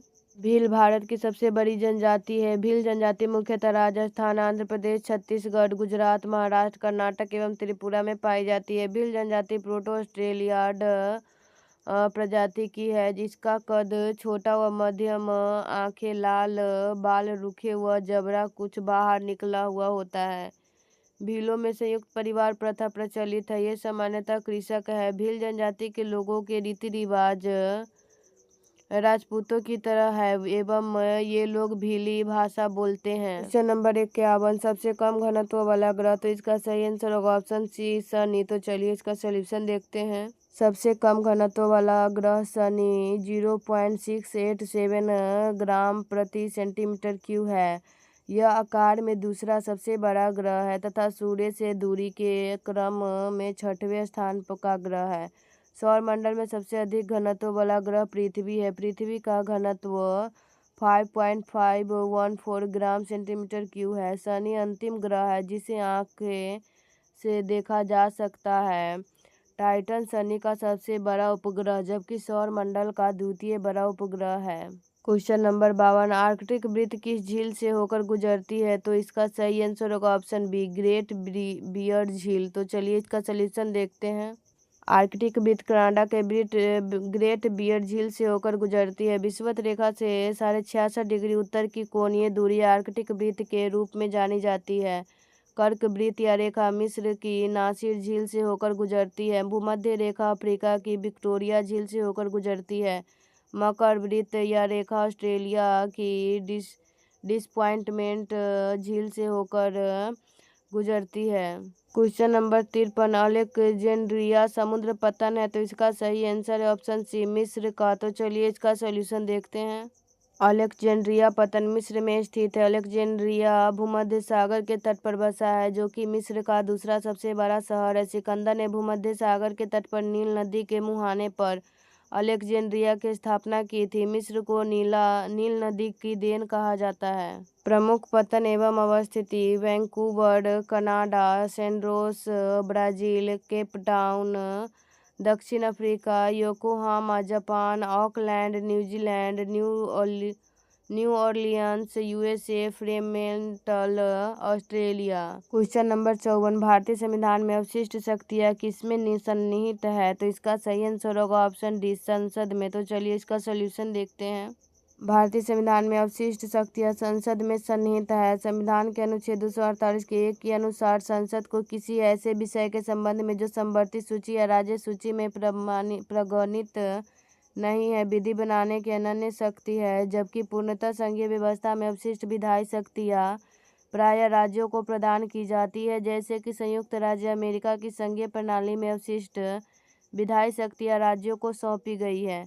संविधान के अनुच्छेद 246 के उपबंधों के तहत 7वीं अनुसूची में केंद्र और राज्यों के बीच विधायी विषयों के संबंध में त्रिस्तरीय व्यवस्था की गई है। सूची 1 संघ सूची, सूची 2 राज्य सूची एवं सूची 3 समवर्ती सूची। क्वेश्चन नंबर 55, भारत में लोकपाल एवं लोकायुक्त की स्थापना का सुझाव दिया था, तो इसका सही आंसर होगा ऑप्शन सी प्रशासनिक आयोग। तो चलिए इसका सोल्यूशन देखते हैं। भारत में लोकपाल एवं लोकायुक्त की स्थापना का सुझाव प्रशासनिक आयोग दिया था। सर्वप्रथम भारत में 1960 में के मुंशी द्वारा लोकपाल संबंधी मामले को संसद में उठाया गया और प्रथम प्रशासनिक सुधार आयोग की सिफारिश के आधार पर पहली बार लोकपाल विधेयक 1968 बनाया गया था। तत्पश्चात 1977, 1985, 2001 आदि विभिन्न वर्षों में इसे लागू करने के पुरजोर प्रयास किए गए। अंततः इसे वर्ष 2013 में कानूनी रूप प्रदान किया गया। राज्य स्तर पर सर्वप्रथम ओडिशा में लोकायुक्त अधिनियम 1970 में पारित हुआ, किंतु महाराष्ट्र में सर्वप्रथम 1971 में लोकायुक्त की नियुक्ति हुई। लोकपाल का कार्यकाल 5 वर्ष अथवा 70 वर्ष की आयु तक होता है। उन्हें लोकपाल के रूप में दोबारा नियुक्त नहीं किया जा सकता है। क्वेश्चन नंबर 56, निम्न में प्रथम कार्यवाहक राष्ट्रपति कौन थे? तो इसका सही आंसर होगा ऑप्शन सी बीवी गिरी। तो चलिए इसका सोल्यूशन देखते हैं। प्रथम कार्यवाहक राष्ट्रपति बीवी गिरी थे। जब राष्ट्रपति डॉक्टर जाकिर हुसैन का मई 1969 में निधन हुआ तो तत्कालीन उपराष्ट्रपति बीवी गिरी बतौर राष्ट्रपति कार्य करने लगे। इसके उपरांत बीवी गिरी ने राष्ट्रपति के चुनाव में भाग लेने के लिए त्यागपत्र दे दिया। तब भारत में मुख्य न्यायाधीश एम हिदायतुल्लाह ने कार्यवाहक राष्ट्रपति के रूप में 20 जुलाई 1969 से 24 अगस्त 1969 तक कार्य किया। अब तक 2 राष्ट्रपतियों डॉक्टर जाकिर हुसैन एवं फरुखदीन अली अहमद का अपने कार्यकाल के दौरान निधन हुआ है। यदि वर्तमान राष्ट्रपति मृत्यु, त्यागपत्र निष्कासन, अनुपस्थिति, बीमारी या अन्य कारणों से अपने पद पर कार्य करने से असमर्थ हो तो उपराष्ट्रपति उसके पुनः पद ग्रहण करने तक कार्यवाहक के रूप में कार्य करेगा। यदि उपराष्ट्रपति का पद रिक्त हो तो भारत का मुख्य न्यायाधीश कार्यवाहक राष्ट्रपति के रूप में कार्य करेगा तथा उसके कर्तव्यों का निर्वाह करेगा।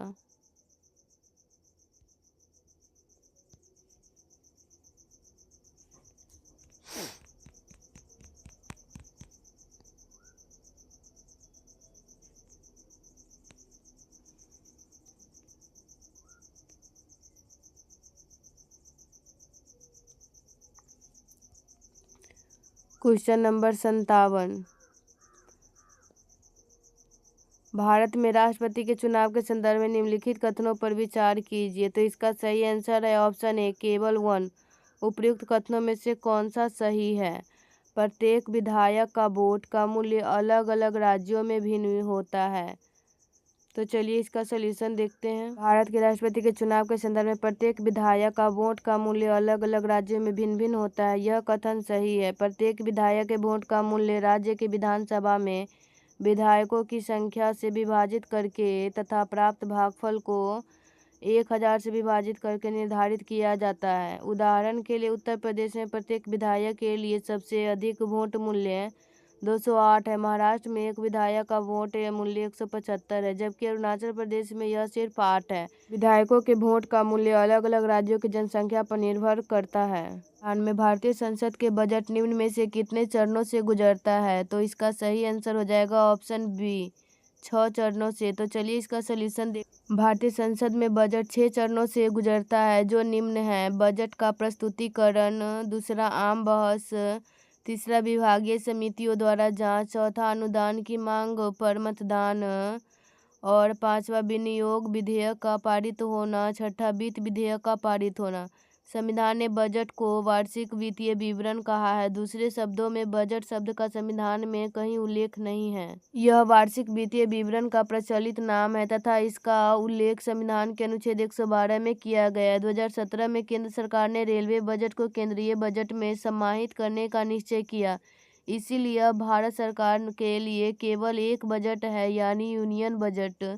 रेलवे बजट को आम बजट में एक वर्थ सीमित रिपोर्ट 1921 की सिफारिश पर 1924 में पृथक किया गया था। Question number 59। सूचना के अधिकार की शुरुआत सर्वप्रथम किस राज्य से हुई? तो इसका सही आंसर होगा ऑप्शन बी, राजस्थान। तो चलिए इसका सलूशन देखते हैं। सूचना के अधिकार की शुरुआत सर्वप्रथम राजस्थान से हुई थी। सूचना के अधिकार की शुरुआत 1990 में राजस्थान के एक अति पिछड़े क्षेत्र भीम तहसील में सर्वप्रथम उठाई गई। 2002 में सूचना की स्वतंत्रता नामक एक विधेयक पारित हुआ, लेकिन अनेक त्रुटियों के चलते उसे अमल में नहीं लाया गया। 2004 में सूचना के अधिकार संबंधी विधेयक को भारतीय संसद में पारित किया गया, जिसने जून 2005 में राष्ट्रपति की स्वीकृति पर पाकर अधिनियम का रूप धारण किया। Question number 60। निम्न में से कौन ग्राम पंचायत के अंग है? तो इसका सही आंसर होगा ऑप्शन डी, उपयुक्त में सभी। ग्राम सभा, मुखिया और दलपति। तो चलिए इसका सलूशन देखते हैं।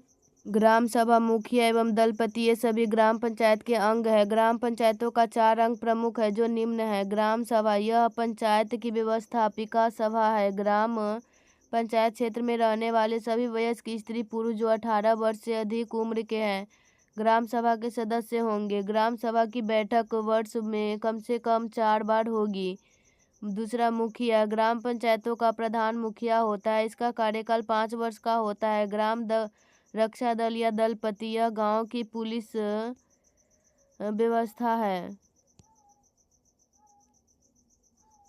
सुरक्षा दल का एक नेता होता है जिसे दलपति कहते हैं। ग्राम कचहरी, ग्राम पंचायत की अदालत है जिसे न्यायिक कार्य दिए गए हैं। सरपंच ग्राम कचहरी का प्रभारी होता है। क्वेश्चन नंबर 61, झारखंड राज्य का गठन किस तिथि को हुआ? इसका सही आंसर होगा ऑप्शन सी 15 नवंबर 2000 ईस्वी को। तो चलिए इसका सलूशन देखते हैं। झारखंड राज्य का गठन 15 नवंबर 2000 को हुआ था। सन 2000 में छत्तीसगढ़, उत्तराखंड और झारखंड को क्रमशः मध्य प्रदेश, उत्तर प्रदेश और बिहार से पृथक कर नए राज्यों के रूप में मान्यता दी गई। ये तीनों राज्य भारतीय संघ के 26वें, 27वें, 28वें राज्य बने। क्वेश्चन नंबर 62, मौलिक अधिकारों का संरक्षक है, तो इसका सही आंसर होगा ऑप्शन बी न्यायपालिका। तो चलिए इसका सलूशन देखते हैं। मौलिक अधिकारों का संरक्षक न्यायपालिका है। भारतीय संविधान में मौलिक अधिकारों के उल्लंघन के विरुद्ध अनुच्छेद 32 के तहत संवैधानिक उपचारों का अधिकार प्रदान किया गया है। इसके तहत कोई व्यक्ति मौलिक अधिकारों के हनन की स्थिति में न्यायपालिका की शरण ले सकता है। अनुच्छेद 32 के तहत सर्वोच्च न्यायालय तथा अनुच्छेद 226 के तहत उच्च न्यायालय मौलिक अधिकारों के उल्लंघन की स्थिति में उपचार प्रदान कर सकते हैं। क्वेश्चन नंबर 63, निम्नलिखित में से कौन भारतीय गणतंत्र का प्रमुख है? तो इसका सही आंसर हो जाएगा ऑप्शन ए भारत का राष्ट्रपति। तो चलिए इसका सलूशन देखते हैं। भारत का राष्ट्रपति भारतीय गणतंत्र का प्रमुख है। भारत एक गणराज्य है। इसका तात्पर्य है कि भारत का राष्ट्राध्यक्ष निर्वाचित होगा, न कि वंशानुगत। अतः भारतीय गणतंत्र का प्रमुख या राष्ट्राध्यक्ष राष्ट्रपति होता है, जिसका चुनाव अप्रत्यक्ष निर्वाचन प्रणाली द्वारा किया जाता है। क्वेश्चन नंबर 64, वैश्विक परियोज्य आय प्राप्त करने के लिए निम्नलिखित में से किसे वैयक्तिक आय से बढ़ाना चाहिए? तो इसका सही आंसर होगा ऑप्शन सी 1 और 2 दोनों, कर अदायगी को, गैर कर अदायगी को। तो चलिए इसका सलूशन देखते हैं। वैयक्तिक प्रयोज्य आय के संदर्भ में दोनों कथन सही है। व्यक्तिगत व्यय योग्य आय वह अधिकतम आय है जिसे एक व्यक्ति या परिवार किसी वर्ष में विभिन्न वस्तुओं तथा सेवाओं के क्रय एवं उपयोग पर बिना अपनी संपत्तियों में कमी लाए हुए या ऋण देयता में वृद्धि के लिए व्यय कर सकता है। दूसरे शब्दों में व्यक्तिगत प्रयोज्य आय वह आय है जो व्यक्तियों तथा परिवारों को सभी स्रोतों से प्राप्त होती है तथा उनके पास सरकार द्वारा उनको आय तथा संपत्तियों पर लगाए गए सभी प्रकार के करों का भुगतान करने के बाद बचती है। व्यक्तिगत व्यय योग्य आय निजी उपभोग व्यय प्लस घरेलू बचत। व्यक्तिगत व्यय योग्य आय बराबर व्यक्तिगत आय माइनस व्यक्तिगत कर। क्वेश्चन नंबर 65, बैंक दर उस दर के रूप में परिभाषित किया जाता है जिस पर, इसका सही आंसर होगा ऑप्शन सी आरबीआई वाणिज्यिक बैंकों को दीर्घकालिक ऋण देता है। तो चलिए इसका सलूशन देखते हैं। बैंक दर उस दर के रूप में परिभाषित किया जाता है जिस पर आरबीआई वाणिज्यिक बैंक को दीर्घकालिक ऋण देता है। बैंक दर भारतीय रिजर्व बैंक अधिनियम 1934 की धारा 49 के तहत बैंक दर वह दर है जिस पर भारतीय रिजर्व बैंक विनिमय बिलों या अन्य वाणिज्यिक पत्रों को खरीदने या बदलने या पुनर्बट्टा करने के लिए तैयार रहता है। बैंक दर कम करने से बाजार की तरलता बढ़ जाती है। क्वेश्चन नंबर 66, भारत में सर्वप्रथम विमुद्रीकरण कब किया गया था? तो इसका सही आंसर हो जाएगा ऑप्शन ए 1946 में। तो चलिए इसका सलूशन देखते हैं। भारत में सर्वप्रथम विमुद्रीकरण 1946 में किया गया था। विमुद्रीकरण वह प्रक्रिया है जिसके द्वारा किसी भी देश सरकार अपनी अर्थव्यवस्था में विनिमय के माध्यम के रूप में प्रचलित मुद्रा के मौद्रिक मूल्य को कानूनी रूप प्रतिबंधित या समाप्त कर देती है। प्रतिबंध के बाद उस मुद्रा की कोई कीमत नहीं रह जाती एवं उसे संचित करना अपराध माना जाता है। इस प्रक्रिया में सरकार नई मुद्रा चालू करती है। पहली बार विमुद्रीकरण 1946 में किया गया। दूसरी बार विमुद्रीकरण 1978 में जनता पार्टी सरकार द्वारा। तीसरी बार विमुद्रीकरण 8 नवंबर 2016 को वर्तमान सरकार द्वारा। Question number 67, bull and bear शब्दावली का शब्द किससे है? तो इसका सही आंसर होगा ऑप्शन ए स्टॉक मार्केट। तो चलिए इसका सलूशन देखते हैं। बुल एंड बियर शब्दावली का संबंध स्टॉक मार्केट से है। तेजरिया और मंदरिया दोनों ही निवेशक होते हैं। तेजरिया आशावादी होते हैं एवं बाजार की तेजी से आस्था रखते हैं, अतः वे शेयरों की खरीदारी करते हैं। मंदरिया निराशावादी होते हुए बाजार की मंदी का अनुमान लगाते हैं। यही कारण है कि वे शेयरों की बिक्री करते हैं। जब शेयर बाजार लगातार ऊपर की ओर जाता है तब बाजार को बुलिश कहा जाता है, जबकि बाजार यदि नीचे की ओर आए तब इसे बियरिश कहा जाता है। क्वेश्चन नंबर 68, बैंकिंग प्रणाली के संदर्भ में CORE का अर्थ है, तो इसका सही आंसर हो जाएगा option D, centralised online real time exchange. तो चलिए इसका सॉल्यूशन देखते हैं। बैंकिंग प्रणाली के संदर्भ में कोड का अर्थ centralised online real time exchange है। कोड बैंकिंग से अभिप्राय एक नेटवर्क से जुड़े सभी बैंक शाखाओं द्वारा मुहैया कराई जाने वाली बैंकिंग सेवाओं से है।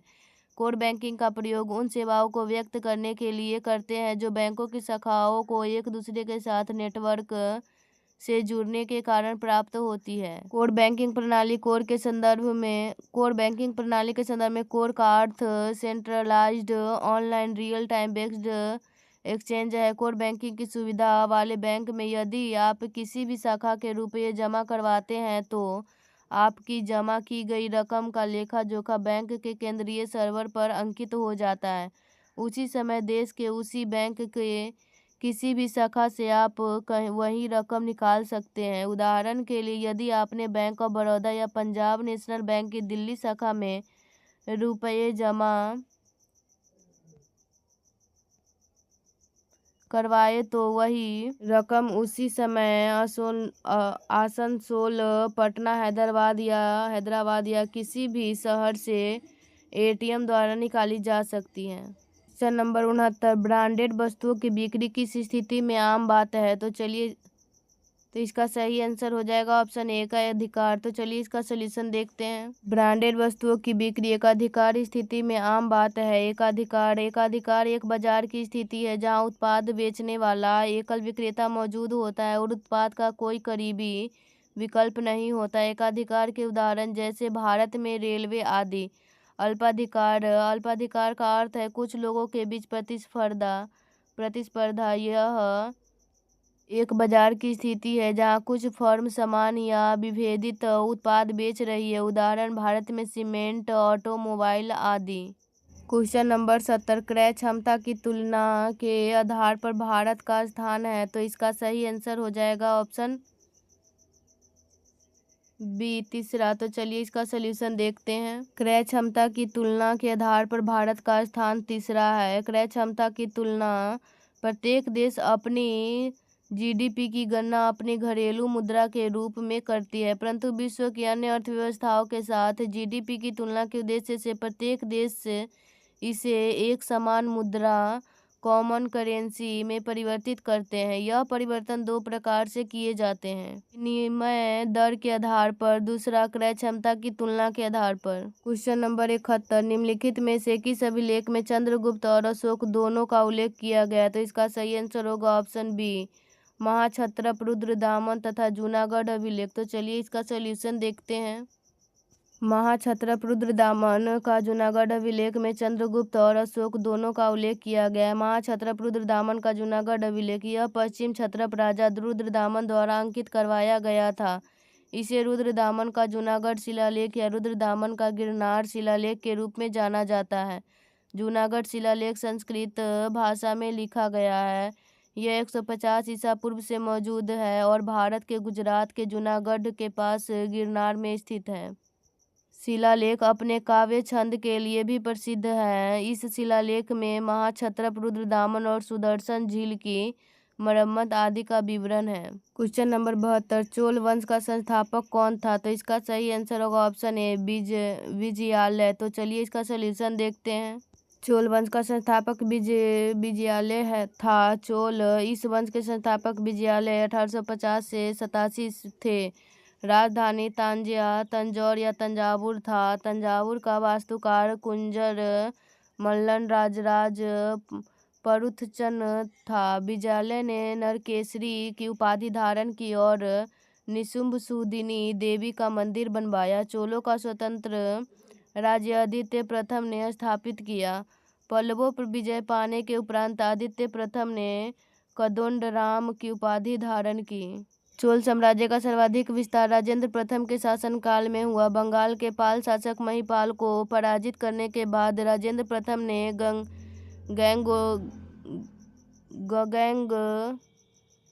गंगैकोंड चोल की उपाधि धारण की और नवीन राजधानी गंगैकोंड चोलपुरम के निकट चोलगंगम नामक विशाल तालाब का निर्माण करवाया। राज प्रथम श्रीलंका के विजय प्रदेशों को चोल साम्राज्य का एक नया प्रांत मामुंडी चोलपुरम मुमुंडी चोलमंडलम राजधानी पोलमंडल रूवा बनाया। चोल काल 10वीं सदी का सबसे महत्वपूर्ण बंदरगाह कावेरीपट्टनम था। चोलों की राजधानी कालक्रम के अनुसार थी उरैयूर, तंजौर, गंगैकोंड, चोलपुरम एवं कांची। चोल काल में सड़कों की देखभाल पंचवड़ियम समिति करती थी। चोल कांस्य प्रतिमाएं संसार की सबसे उत्कृष्ट कांस्य प्रतिमाओं में गिनी जाती है। स्थानीय स्वशासन चोल प्रशासन की मुख्य विशेषता थी। चोल काल में भूमि का उपज का 1/3 भाग हुआ करता था। चोल काल में कलुंज सोने के सिक्के थे। चोल सेना का सबसे संगठित अंग था पदाती सेना। चोल काल में आम वस्तुओं के आदान प्रदान का आधार धान था। क्वेश्चन नंबर 73, कबीर किसके शिष्य थे? तो इसका सही आंसर होगा ऑप्शन बी, रामानंद के। तो चलिए इसका सॉल्यूशन देखते हैं। कबीर रामानंद के शिष्य थे। रामानंद 1368 से 1468। रामानंद का जन्म प्रयाग में हुआ था। इनकी शिक्षा प्रयाग तथा वाराणसी में हुई। इन्होंने अपना संप्रदाय सभी जातियों के लिए खोल दिया। रामानंद के 12 शिष्यों में 2 स्त्रियां पद्मावती एवं सुरसरी थी। इसके शिष्यों में रैदास, कबीर, धन्ना, सेना, पीपा, साधना, पद्मावती, सुरसरी, सेनादास आदि प्रमुख थे। इन्होंने मर्यादा पुरुषोत्तम राम एवं सीता की आराधना को समाज के सक्षम रखा। रामानुज की भांति इन्होंने भी भक्ति को मोक्ष का एकमात्र साधन स्वीकार किया। कबीर रामानंद के प्रिय शिष्यों में से एक थे। मध्यकालीन भक्ति आंदोलन के कबीर अत्यधिक प्रसिद्ध हुए। कबीर निर्गुण भक्ति शाखा के पहले संत थे जिन्होंने गृहस्थ धर्म का भी पालन किया। कबीर ने हिंदू मुस्लिम दोनों धर्मों की कुरीतियों को कटु आलोचना की। कबीर हिंदू मुस्लिम एकता के प्रबल समर्थक थे। वे लोदी सुल्तान सिकंदर लोदी के समकालीन थे। कबीर ने अपने दोहों द्वारा जात पात, मूर्ति पूजा आदि का विरोध किया। कबीर की वाणी का संग्रह बीजक नाम से प्रसिद्ध है। बीजक में 3 भाग है, रामायणी, शबद और साखी। क्वेश्चन नंबर 74, कौन सा सुल्तान नया धर्म चलाना चाहता था किंतु उलेमा लोगों ने विरोध किया? तो इसका सही आंसर हो जाएगा ऑप्शन सी, अलाउद्दीन। तो चलिए इसका सलूशन देखते हैं। अलाउद्दीन खिलजी नया धर्म चलाना चाहता था किंतु उलेमा लोगों ने विरोध किया। अलाउद्दीन दिल्ली का पहला सुल्तान था जिसने धर्म पर राज्य का नियंत्रण स्थापित किया। वह उलेमा वर्ग के प्रभाव से मुक्त रहा। उसने सिकंदर द्वितीय सानी की उपाधि धारण की और उसे अपने सिक्कों पर अंकित करवाया। अलाउद्दीन खिलजी भारत का प्रथम शासक था जिसने भूमि का वास्तविक आय पर राजस्व निश्चित किया था। अलाउद्दीन खिलजी ने उपज का 50% भूमि कर के रूप में निश्चित किया। वह पहला सुल्तान था जिसने भूमि की पैमाइश कराकर लगान वसूल करना आरंभ किया। अलाउद्दीन ने बाजार नियंत्रण का मूल्य नियंत्रण की नीति लागू की।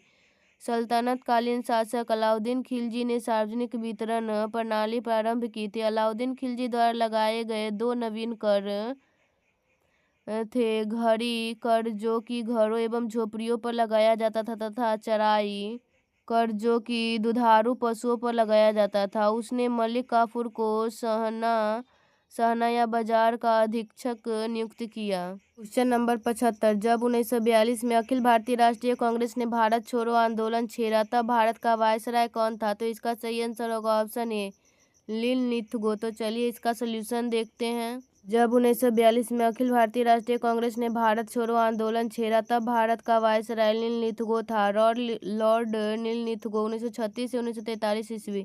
इसके समय पहली बार चुनाव कराए गए। कांग्रेस ने 11 में से 8 प्रांतों में अपनी सरकारें बनाई। 1 सितंबर 1939 ईस्वी को द्वितीय विश्व युद्ध प्रारंभ हुआ। 1 मई 1939 ईस्वी में सुभाष चंद्र बोस ने फॉरवर्ड ब्लॉक नाम की एक नई पार्टी बनाई। मार्च 1940 ईस्वी में लीग के लाहौर अधिवेशन में पहली बार पाकिस्तान की मांग की गई। 8 अगस्त 1940 ईस्वी को अगस्त प्रस्ताव अंग्रेजों के द्वारा लाया गया। मार्च 1942 ईस्वी में क्रिप्स मिशन भारत आया। 1943 ईस्वी में बंगाल में भयानक अकाल पड़ा। लॉर्ड कर्जन 1899 से 1905। कर्जन ने सन 1901 ईस्वी में सर कॉलिन स्कॉट मॉनक्रिफ की अध्यक्षता में एक सिंचाई आयोग, थॉमस रॉबर्टसन की अध्यक्षता में एक रेलवे आयोग की स्थापना किया। 1902 ईस्वी में सर एंड्रूज फ्रेजर की अध्यक्षता में एक पुलिस आयोग एवं सर थॉमस रैले की अध्यक्षता में विश्वविद्यालय आयोग की स्थापना की। 1904 में भारतीय विश्वविद्यालय अधिनियम पास किया गया। प्राचीन स्मारक परीक्षण अधिनियम 1904 ईस्वी के द्वारा लॉर्ड कर्जन ने भारत में पहली बार ऐतिहासिक इमारतों की सुरक्षा एवं मरम्मत की ओर ध्यान दिया। 1905 ईस्वी में बंगाल विभाजन। लॉर्ड रिपन 1880 से 1884 ईस्वी, इसने स्थानीय स्वशासन की शुरुआत की। इसके समय में ही भारत में सन 1881 ईस्वी में सर्वप्रथम नियमित जनगणना करवाई गई। 1882 ईस्वी में वर्नाक्युलर प्रेस एक्ट को समाप्त किया। सिविल सेवा में प्रवेश की आयु 19 वर्ष से बढ़ाकर 21 वर्ष कर दिया।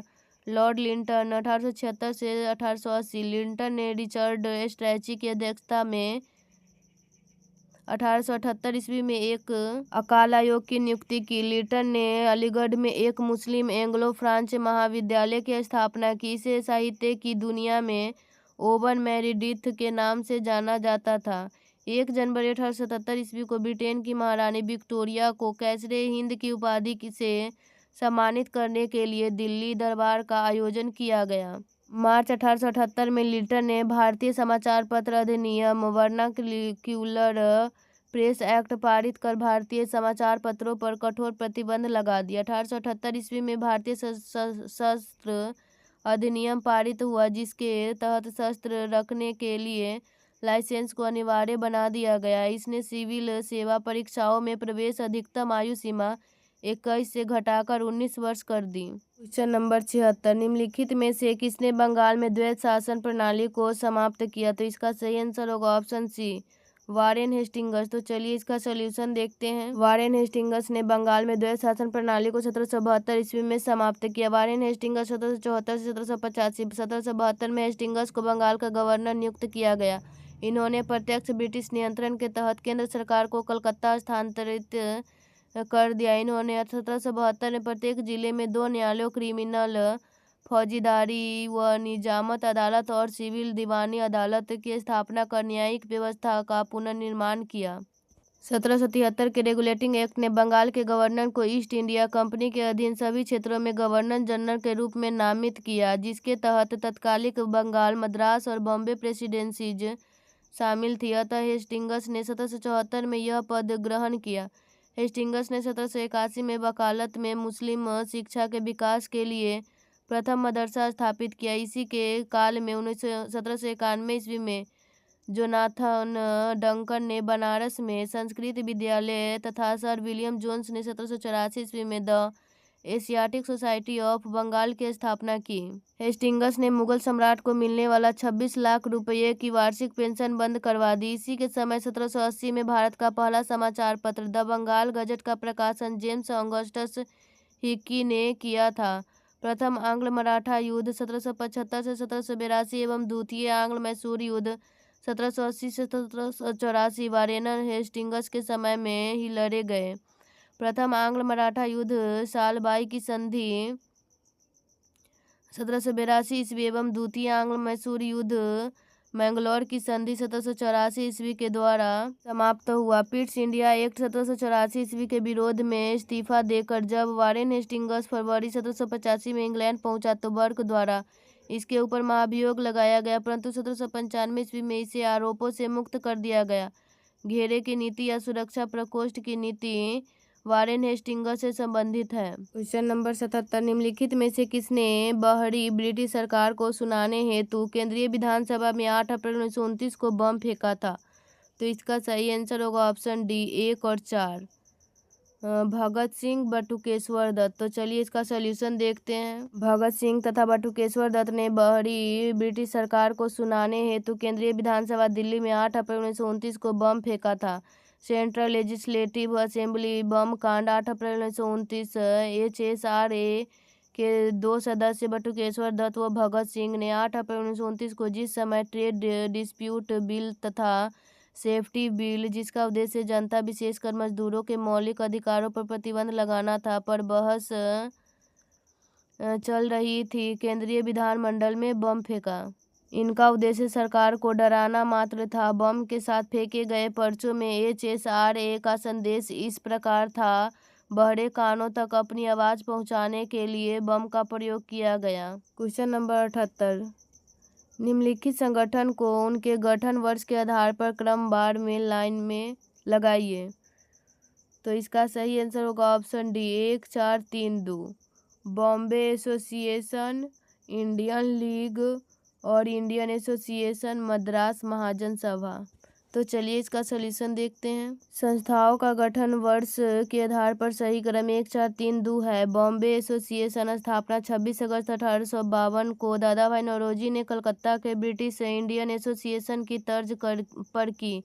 उद्देश्य सरकार को समय समय पर ज्ञापन देना ताकि भेदभावपूर्ण समझे जाने वाले नियमों तथा सरकारी नीतियों के लिए सुझाव दिए जा सके। इंडियन लीग स्थापना 25 सितंबर 1875 को शिशिर कुमार घोष द्वारा कलकत्ता में की गई थी। अस्थायी अध्यक्ष शंभू चंद्र मुखर्जी। उद्देश्य लोगों में राष्ट्रवाद की भावना का विकास कर राजनीतिक शिक्षा को प्रोत्साहन देना था।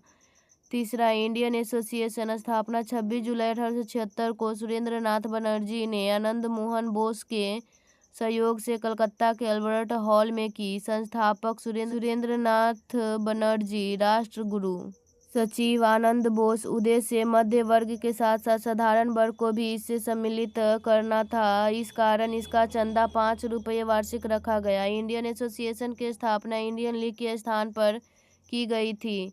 4, मद्रास महाजन सभा स्थापना 1884 में M.V. राघवचारी जी सुब्रमण्यम अय्यर और P. आनंद चार्लू ने की। उद्देश्य स्थानीय संगठन के कार्यों को समन्वित करना था। सम्मेलन इसका पहला सम्मेलन 29 दिसंबर 1884 से 2 जनवरी 1885 तक मद्रास में आयोजित किया गया। इस सम्मेलन में विधान परिषद के सुधार, कार्यपालिका से न्यायपालिका के अलगाव तथा खेतिहारी के हालातों पर विचार विमर्श किया गया। क्वेश्चन नंबर 79, अगस्त 1923 के बनारस से हिंदू महासभा के अधिवेशन की अध्यक्षता की। तो इसका सही आंसर हो जाएगा ऑप्शन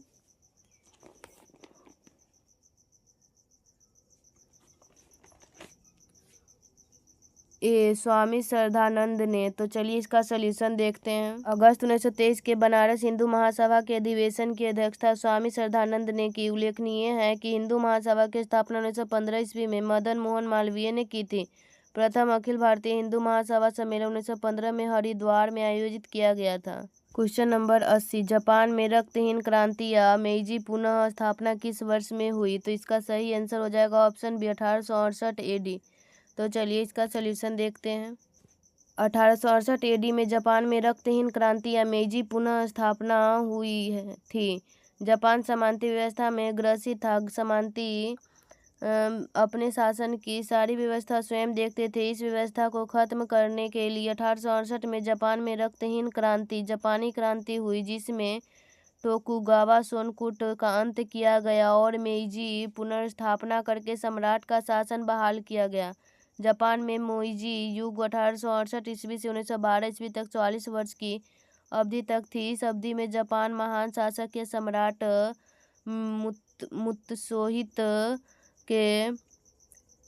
मुत्सुहितो के शासन के अधीन था। इसे मेइजी सम्राट भी कहा जाता है। जापान के आधुनिकीकरण की प्रक्रिया की शुरुआत मुत्सुहितो ने की।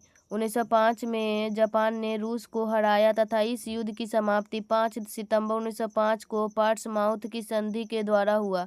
द्वितीय विश्व युद्ध के दौरान अमेरिका ने जापान के शहर हिरोशिमा पर 6 अगस्त 1945 तथा नागासाकी पर 9 अगस्त 1945 को परमाणु हमला किया, जिसके कारण जापान ने आत्मसमर्पण कर दिया। हिरोशिमा पर लिटिल बॉय तथा नागासाकी पर फैट मैन नामक परमाणु बम का प्रयोग किया गया था। क्वेश्चन नंबर 81, किसने कहा कि इतिहास वर्ग संघर्ष की कहानी है? तो इसका सही आंसर होगा ऑप्शन डी कार्ल मार्क्स। तो चलिए इसका सॉल्यूशन देखते हैं। कार्ल मार्क्स ने कहा कि इतिहास वर्ग संघर्ष की कहानी है। कार्ल मार्क्स जर्मन दार्शनिक, अर्थशास्त्री, इतिहासकार, राजनीतिक सिद्धांतकार, समाजशास्त्री, पत्रकार और वैज्ञानिक समाजवाद के प्रणेता थे। इनका जन्म 1818 को जर्मनी के राइन प्रांत के ट्रियर नगर में एक यहूदी परिवार में हुआ था। वे हीगल के दर्शन दर्शन से बहुत प्रभावित थे। वे 1845 के फ्रांस में ब्रुसेल्स चले गए और वहीं उन्होंने जर्मनी के मजदूर संगठन और कम्युनिस्ट लीग के निर्माण में सक्रिय योगदान दिया। 1847 में एंजल्स के साथ अंतर्राष्ट्रीय समाजवाद का प्रथम घोषणा पत्र कम्युनिस्ट मैनिफेस्टो प्रकाशित किया, जो 1867 में दास कैपिटल के नाम से प्रकाशित किया। वर्ग संघर्ष का सिद्धांत मार्क्स के वैज्ञानिक समाजवादी का मेरुदंड है। इसका विस्तार करते हुए उन्होंने इतिहास का भौतिकवादी व्याख्या और देशी मूल्य के सिद्धांत की स्थापना की। क्वेश्चन नंबर 82, कुटिल शब्द का विलोम है, तो इसका सही आंसर होगा ऑप्शन बी सरल। तो चलिए इसका सोल्यूशन देखते हैं। कुटिल का विलोम सरल होता है। मधुर का विलोम कटु या कर्कश होता है। कटु का विलोम शब्द मधुर होता है। क्वेश्चन नंबर 83, इंद्र शब्द का समानार्थी शब्द है, तो इसका सही आंसर होगा ऑप्शन डी इनमें से कोई नहीं। तो चलिए इसका सोल्यूशन देखते हैं। दिए गए विकल्पों में इंद्र शब्द का समानार्थी शब्द कोई नहीं है। पिनाकी शिव का तथा पंचबाण एवं मनोज कामदेव का पर्यायवाची शब्द है। इंद्र के पर्यायवाची शब्द है देवराज, पुरंदर, मध व सूरपति, देवेंद्र, वश व वासव आदि। क्वेश्चन नंबर 84, मीनू एक अच्छी लड़की है में अच्छी क्या है, तो इसका सही आंसर होगा ऑप्शन बी विशेषण। तो चलिए इसका सोल्यूशन देखते हैं। संज्ञा एवं सर्वनाम की विशेषता बताने वाले शब्दों को विशेषण कहते हैं। मीनू एक अच्छी लड़की है में अच्छी शब्द मीनू संज्ञा की विशेषता बता रहा है, अतः अच्छी विशेषण वाचक शब्द है। Question number 85, change the sentence into passive voice. He has helped these children, तो इसका सही आंसर हो जाएगा option A these children have been helped by him. तो चलिए इसका सोल्यूशन देखते हैं। These children had been helped by him, he has helped these children. Active voice structure subject plus helping verb plus V3 subject. Passive voice these children have been helped by him structure subject plus helping verb plus been plus V3 plus by plus agent. Question number 86, where are your luggage, choose the correct from of the sentence, तो इसका सही answer हो जाएगा option A where is your luggage. तो चलिए इसका solution. Where is your luggage, where are your luggages, यह वाक्य ग्रामर के दृष्टिकोण से गलत है, क्योंकि कुछ ऐसे नाउन्स है जैसे luggage, baggage, स्कैनरी, poetry, news, equipment आदि अनकाउंटेबल नाउन्स है जिनका कभी प्लूरल नहीं बनाया जा सकता है। इसीलिए शुद्ध वाक्य इस प्रकार होगा where is your luggage. Question number 87, change the sentence into indirect speech. The boy said my friend has worked together, तो इसका सही आंसर होगा option B the boy said that his friend had worked together. तो चलिए इसका solution देखते हैं। The boy said that my friend had worked together. Direct narration, indirect narration में निम्न बदलाव होगा। रिपोर्टिंग वर्ब और रिपोर्टेड स्पीच के मध्य डैट का प्रयोग होगा। माई हिज में बदलेगा, हैज वर्कड हैड वर्कड में बदलेगा। अब वाक्य का प्रारूप इस प्रकार होगा the boy said that his friend had worked together. Question number 88, right समाचार एजेंसी कौन सा देश है, तो इसका सही आंसर होगा ऑप्शन बी ब्रिटेन। तो चलिए इसका सोल्यूशन देखते हैं। राइटर समाचार एजेंसी ब्रिटेन का है। यह एक विश्वव्यापी समाचार संस्था है जिसका मुख्यालय यूनाइटेड किंगडम के लंदन शहर में है और जिसके मालिक थॉमसन राइटर्स है। स्थापना अक्टूबर 1851 ईस्वी। परीक्षा उपयोगी प्रमुख देशों की समाचार एजेंसियाँ। देश समाचार एजेंसियाँ मलेशिया, बर्मा, जर्मनी, DPA, फिलिस्तीन, वाफा, Australia, AP, Indonesia, Antara, Japan, Kyodo, Israel, Italy, अंसा।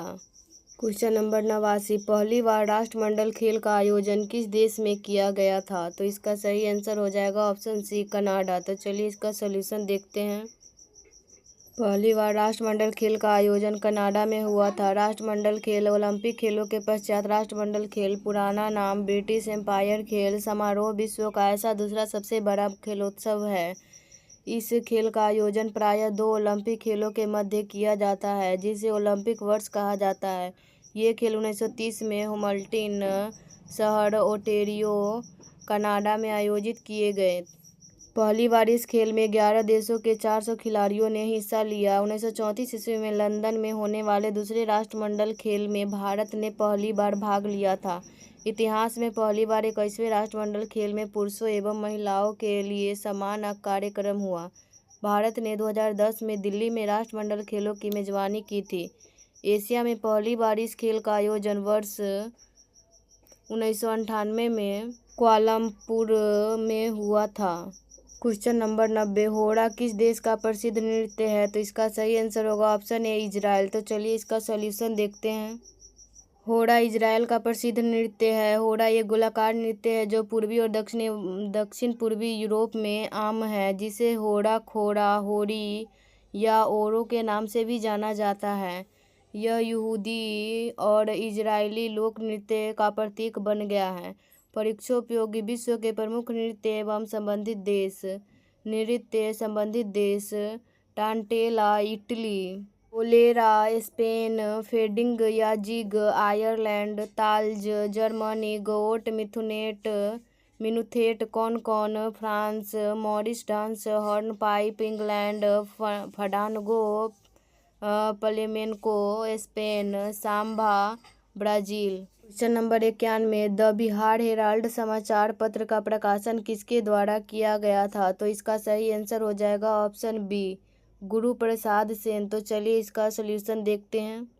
Bihar का प्रथम अंग्रेजी समाचार पत्र द बिहार हेराल्ड का प्रकाशन 1875 में गुरु प्रसाद सेन के द्वारा किया गया। बिहार में पत्रकारिता की शुरुआत 19वीं सदी में हुई, जब 1850 ईस्वी में शाह कबीरुद्दीन अहमद द्वारा मतबा कबीरी नामक प्रिंटिंग प्रेस की स्थापना की गई। 1894 में बिहार टाइम्स की शुरुआत की गई। इसके संपादक सच्चिदानंद सिन्हा और महेश नारायण थे।